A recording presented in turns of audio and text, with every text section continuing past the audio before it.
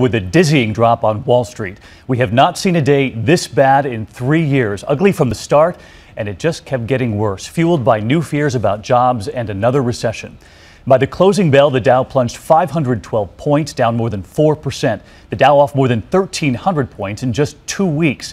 Tonight, what this means for your 401ks and where is this going with the jobs report coming tomorrow. ABC's Bianca Goladriga leads us off at the New York Stock Exchange tonight, where she has been all day. Bianca, good evening. Good evening to you, David. And there is real fear on the street tonight, so much so that the index measuring fear on Wall Street spiked to its highest level in over a year. Why? Well, there's overwhelming proof that the economy is weakening, and even more alarming, there are few, if any, options left to fix it. It's a midsummer sell-off as Wall Street and Main Street are seriously worried about the prospects of another recession. Just how worried? In less than 2 weeks, the market has erased all of its gains for the year. Tough day on Wall Street today. Today's massive sell-off on Wall Street. Stocks around the world take a major tumble. In total, some $940 billion worth of investors' wealth wiped out since July 21st, while the average 401k saw a loss of $11,736. Since last Friday, Wall Street has been bombarded with a slew of bad news. The first, a surprising slowdown in economic growth for the first half of the year. The economy all but screeching to a halt with virtually no growth in the first quarter and an anemic 1.3% growth in the second. The U.S. economy is losing momentum.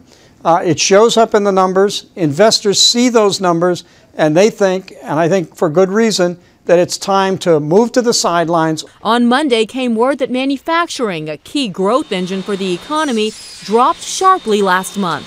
Then Tuesday, consumers spent less for the first time since September of 2009.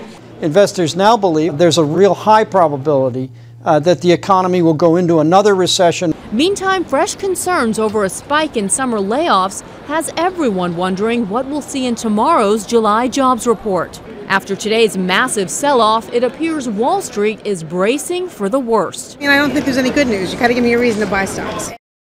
Now, economists believe that we'll see a jobs report showing that anywhere between 50 to 85,000 jobs were lost last month. The unemployment rate is expected to be at 9.2%. But David, the most poignant thing I heard today when I asked a seasoned trader if she was worried that we'd see another recession, she said another recession. The problem I'm hearing from a lot of people is they still feel that they are in one right now. That's for sure, Bianca. It was painful to watch. Thank you. I want to bring in Mohammed El Arian of PIMCO, who knows the market as well as anyone. Mohammed, thanks for being here. And I suppose I'll ask the question right off the top here. Are we staring at another recession?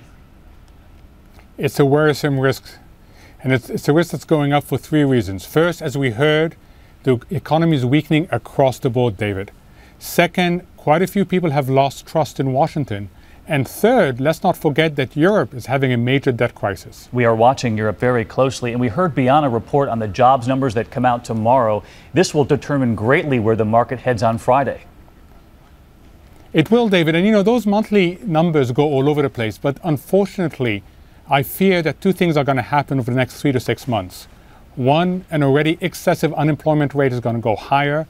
And 2, to make things worse, the time that someone's unemployed is probably going to go up.